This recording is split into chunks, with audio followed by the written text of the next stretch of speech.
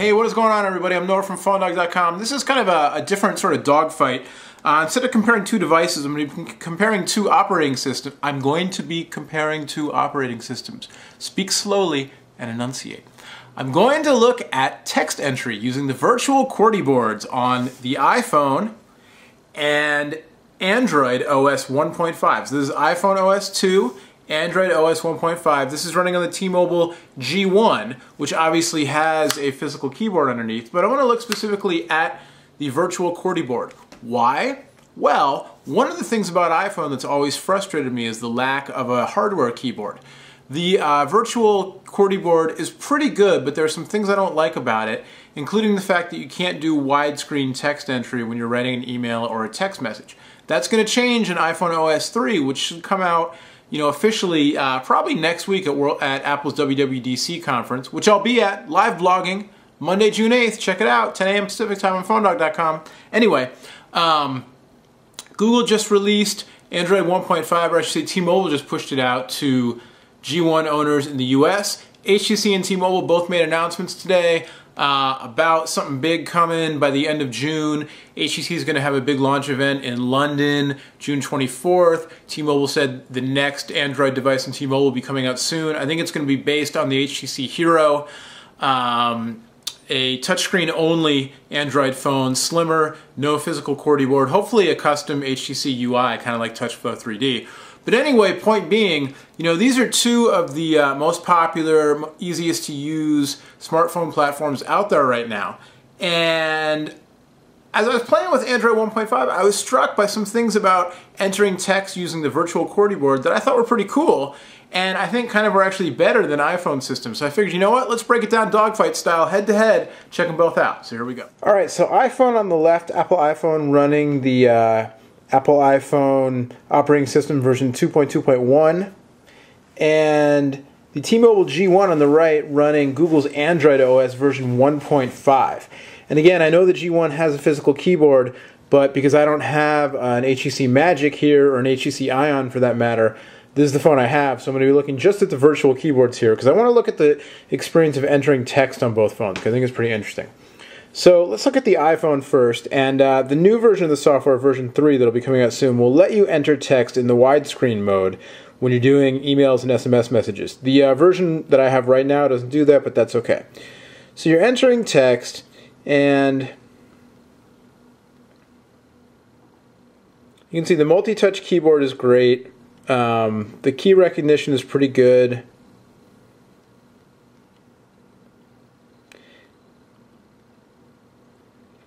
And you can see here, the auto text correct corrected as I was going. I think it was the word over that I typed wrong, and it corrected it.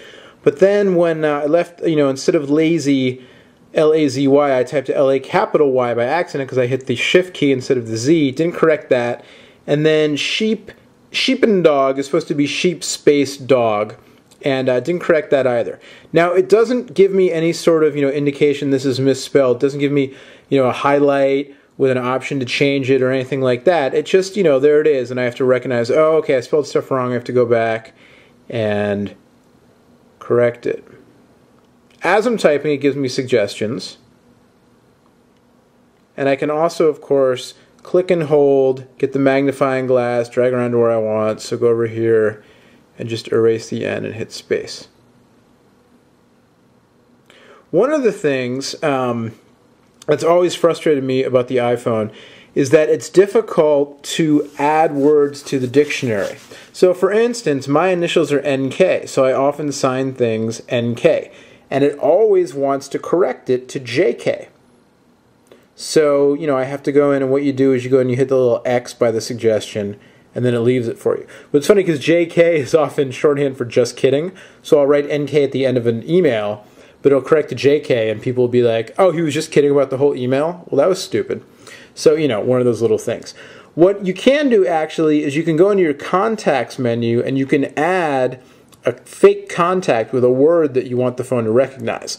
So there was a joke that went around the internet for a while about how you can make your iPhone, write swear words by going in and entering various swear words to your contacts list. So I could actually go in and add, NK as a contact, and then it would keep it for me, and not always want to correct it to JK. Now with the Android, the OS 1.5 Android, when you enter words on the virtual keyboard, you get autocorrect suggestions. And I really like this. You get a whole bunch of different suggestions, and you can scroll through them, and you can choose the one that you want it to be instead.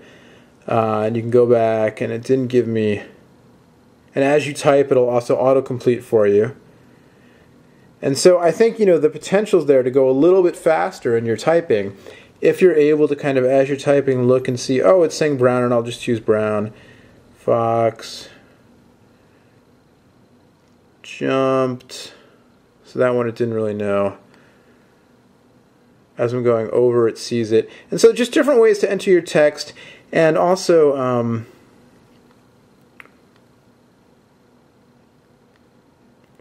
it also doesn't keep the highlight. It'd be nice if it kept the highlight there after I moved on, so that I could go back and easily see, oh, I typed lazy wrong. But instead, I like to see the highlight there all the time.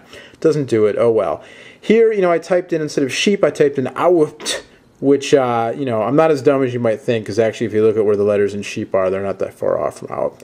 And I've got a bunch of different suggestions. So actually, if I was trying to type sheepish, at this point, it would save me a couple of steps by not only correcting out to sheep, but also offering up sheepish, or sheepskin, sheepdog, sheepishly, sheepfold, all those things, as possibilities for me.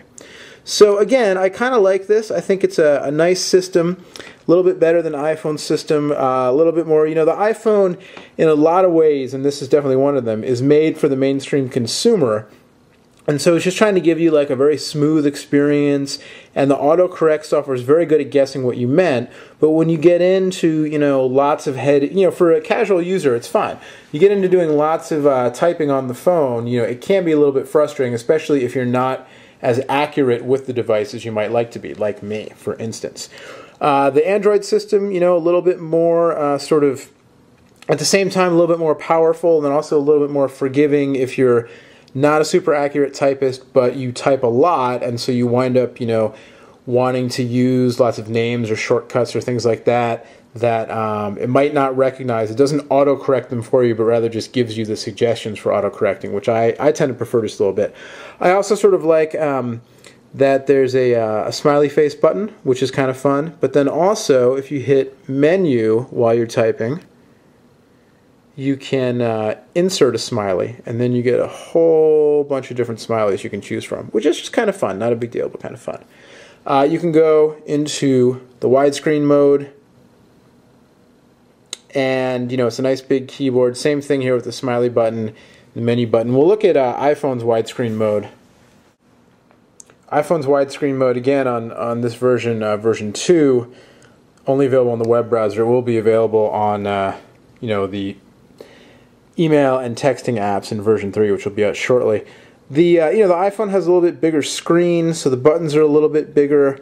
You don't have a space bar on the URL entry field. If we go to the Google entry field, now you have a space bar. It's a bigger space bar. A few more options on the G1 here on the Android, because you've got the menu key. But overall, the typing experience on both is pretty good. I'm going to search for Phone Dog Noah, and it knows Phone Dog because it's in my my address book, as it does Noah. We'll type here, delete all this. Both phones, obviously, when you click on a button, on a virtual button, it pops up to show you what you just hit. So we'll do Phone Dog Noah. So, again, pretty good experience of both phones. The multi-touch display definitely helps. The Android keyboard is going to be a little bit different depending on what device you have as new devices come out. If you've got a device that doesn't have a capacitive multi-touch screen, or if it's not a good quality one, that's going to be an issue. The G1 has a pretty good screen, so that definitely helps. So overall, again, I think I prefer the Android 1.5 text entry system just because the autocorrect is a little bit more versatile. I like the way it offers up completion, you know, autocomplete suggestions unless you choose, or corrects unless you choose, as opposed to iPhone, which kind of corrects for you. But, you know, both definitely good. I've heard from a little birdie, we'll call it a little birdie, telling me that HTC is actually working on their own autocorrect system. I guess for that, you know, that customized hero build that's coming out, that's supposedly going to be even better than this one right here. Than the standard Android 1.5. Sorry, I got caught up in what I was doing. So that'll be pretty cool to see. Hopefully, you know, that'll be out soon and we'll get to check it out. But in the meantime, I'm going to declare the Android 1.5 the winner of this virtual QWERTY dogfight, just because a little more flexibility. Smiley face icon's not a big deal, but it's kind of fun. But the autocomplete, autocorrect system, for me, and I think for, you know, again, for the casual general user, the iPhone is fine. It's not like the iPhone's bad. But if you use the phone a lot, you kind of know that you have to go back and correct things, especially if you make up your own words, use shortcuts. It can be kind of a pain. And just a little bit more versatile, a little more you know, user-friendly, I think, on the Android 1.5 release. So there you go. There's your winner of the virtual QWERTY competition dogfight, Android 1.5. All right? Much, much more. You can check out our own Phone Dog John. Did a bunch of stuff on the Android release and the HTC Hero leaked build and all that stuff. So definitely check his stuff out. He's the Android man at Phone Dog. But I'm, you know, myself, I'm trying to keep abreast of everything, and I've really enjoyed playing with this new release 1.5. Lots of other features, camcorder, you know, voice search, all kinds of stuff. So you should definitely check it out on Phone Dog, or if you're a G1 user, download the update as soon as you can and play with it. Definitely worth your while. All right? Lots more on Android, on iPhone. The new phone's coming out. June's going to be crazy. Again, Apple's WWDC conference, Monday, June 8th. I'll be there live, 10 a.m. Pacific time from San Francisco. And HTC's got something cooking on June 24th in London.